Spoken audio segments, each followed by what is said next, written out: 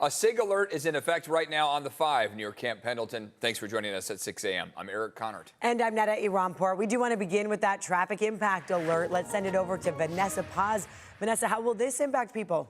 Well, thankfully, it's not really causing a backup for those headed northbound, leaving San Diego into Orange County. It's impacting those who are leaving Orange County, headed into San Diego southbound, making their way towards Camp Pendleton. And mind you, this crash came in around 1:30 a.m. So it's now that we're hitting about 5-6 hours that it's been active.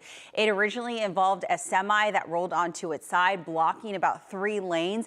And it looks like fire crews are continuing to have all 3 of those lanes blocked, traffic down to 1 lane as of last check, and a minor injury was also involved in this incident.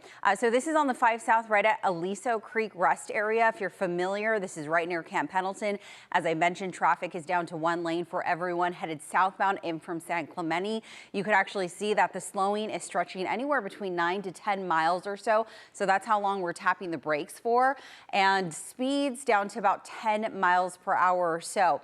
Coming up in about 7 minutes, we'll take a look at a live look, in fact, on the 5 closer to San Clemente, and we'll also take a look at if this is impacting travel around the Oceanside area. Back to you, or Evan. All right, yeah, we're starting off the morning with those dense clouds once again out by the coast and toward our inland valleys. So marine layer just on repeat with May Gray. Those clouds extend all the way to the western slopes of the mountains. There are going to be more breaks in the clouds today than what we saw yesterday, but could take some time for that to happen. Coastline, as we get toward the noon hour, we'll finally start to see that partial sunshine. Upper 60s out there, 2 to 4 p.m. Along our inland valleys, though, an easy bet that we'll make it into the at least low 70s out there. In the meantime, here's a gorgeous live look outside Lions Peak, looking amazing to start off your morning, just about 10 minutes post sunrise. More coming up, and a look at that 7-day forecast in just a few. Back to you. And now new this morning, 1 person is dead after this crash in East County. This happened just after midnight on La Cresta Road in the unincorporated community of Crest. This is east of El Cajon. California Highway Patrol says this pickup truck went down an embankment, and you saw right there it caught fire. Only 1 vehicle was involved. It is not clear why they veered off the road. Also new this morning, crews are investigating what started a house fire in Rolando Park. This happened before 11 p.m. on Loma Alta Drive near the college area. Thankfully, no one was inside at the time, so no injuries to report here. San Diego Fire Rescue telling us most of the damage is in the attic and roof. In just over 2 hours from now, Mayor Todd Gloria set to release his revised budget for this upcoming fiscal year. Yeah, right now the city is facing a budget deficit of more than $120 million. News 8's Tori Apodaca live downtown with what we are learning about this revised budget here. Tori. Hi, good morning. That's right. Mayor Todd Gloria is expected to restore some of those neighborhood services while still balancing the budget. Of course, we have been hearing a lot of pushback from the community since he first introduced his budget proposal at the start of April. These are some of those areas where we have been hearing people the most outspoken about: the arts and a homeless daytime center. The original proposed budget would cut nearly all arts and culture grants for this fiscal year, slashing $6.3 million alone from San Diego public libraries. It also would eliminate more than $900,000 in funding for the Neil Good Day Center, which would likely force it to reduce hours or cut weekend services entirely. The mayor's original proposal also calls for the layoff of 157 city employees, but specific positions targeted for elimination remains unclear. 48 middle manager positions also on the chopping block, but we do know that there were recent negotiations with that labor union that represents them. As nearly every department, though, faces cuts, the mayor says these remain the priority for funding public safety, homelessness services and outreach, and infrastructure like continuing street repairs. And coming up at 8:30 this morning, Mayor Todd Gloria will be unveiling that new revised budget proposal, and you can tune in and watch it live on our CBS 8 app. You can download it for free on your TV or cell phone. Reporting live from downtown this morning, Tori Apodaca, News 8. New this morning, 1 person's under arrest in connection to a homicide in Barrio Logan. This happened last Tuesday night next to Chicano Park. Police say they took 31-year-old Benito Garcia Jr. into custody in San Marcos yesterday. The victim has been identified as 64-year-old Raul Torres. Still no motive on this. Garcia is set to be arraigned tomorrow.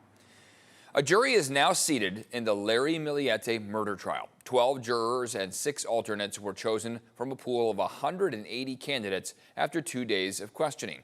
Millette is accused of killing his wife Maya, who disappeared more than 5 years ago. Her body has never been found. Opening statements begin Monday, and the trial is expected to last up to 3 months.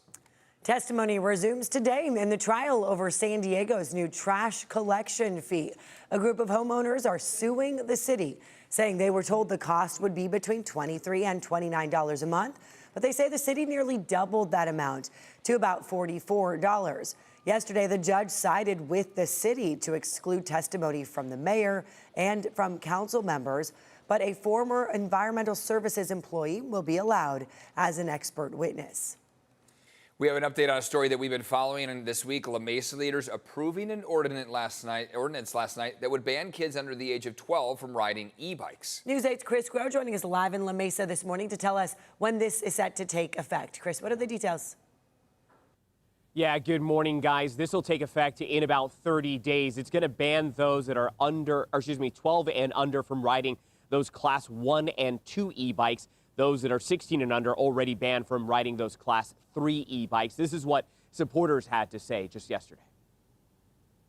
We have little to no ordinance or policy addressing e-bikes, especially when it comes to young children. Usually changes like this with new tech like e-bikes, it's going to take maybe incremental steps. So age limit, bueno. Yeah, so La Mesa now joins a growing list of cities to implement these age restrictions: Carlsbad, Chula Vista, Poway, and Santee, just to name some. The reason why, because they feel that there has been a sharp rise in e-bike injuries among children across San Diego County. The vote was 4-1. Mentioned it'll go into effect in 30 days. First, there's going to be a 60-day probationary period where warnings will be issued for violators. Then after that, we will start to see fines go out. There were some that were against this. Here's a short clip of one of them. This law would criminalize my kids riding to school with me beside them.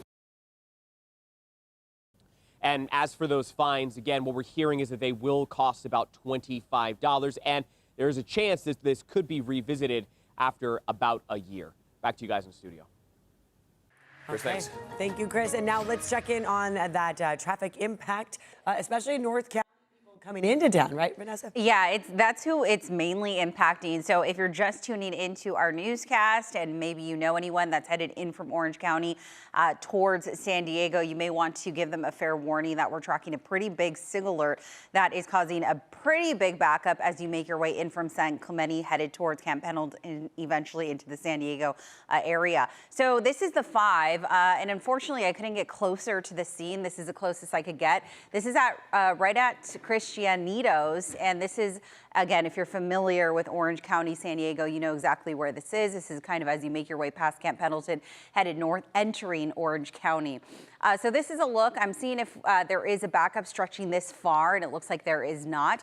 As we pull up the traffic maps for you and kind of showcase exactly where all of this is happening, it is just near Camp Pendleton, so right at the Elisa Creek Rest area. Traffic is currently down to 1 lane. This crash came in around 1:30 a.m. and it's been active ever since. The latest update we received from CHP and Caltrans was around 4:30 a.m. and we got confirmation that they will have at least 3 of the 4 lanes blocked for at least the next couple of hours. This crash was reportedly involved a semi that rolled onto its side, blocking a few of the lanes with the driver suffering minor injuries. Right now, the slowing stretching anywhere between 9 to 10 miles or so, and the speeds are down to about 10 miles per hour. As I mentioned, it's not causing a delay for anyone headed northbound. It's impacting that southbound drive coming in from the OC, headed towards Camp Pendleton, eventually into the Oceanside neighborhoods. As we take a look at the southbound drive, speaking of the 5, we're in pretty good shape. Steady speeds at about 75 miles per hour, averaging about 10 minutes. If you're traveling in from Escondido this morning, same deal, about a 10-minute ride, 70 mile per hour speeds, full span of the 78 from the 15 to the 5. will take you about 15 minutes with average speeds about 70 miles per hour or so. Let's go ahead and switch gears and see what it looks like coming in from the East County headed west. About 3 to 7 minutes, steady speeds there on both the the 52 as well as the 8, along with the 94.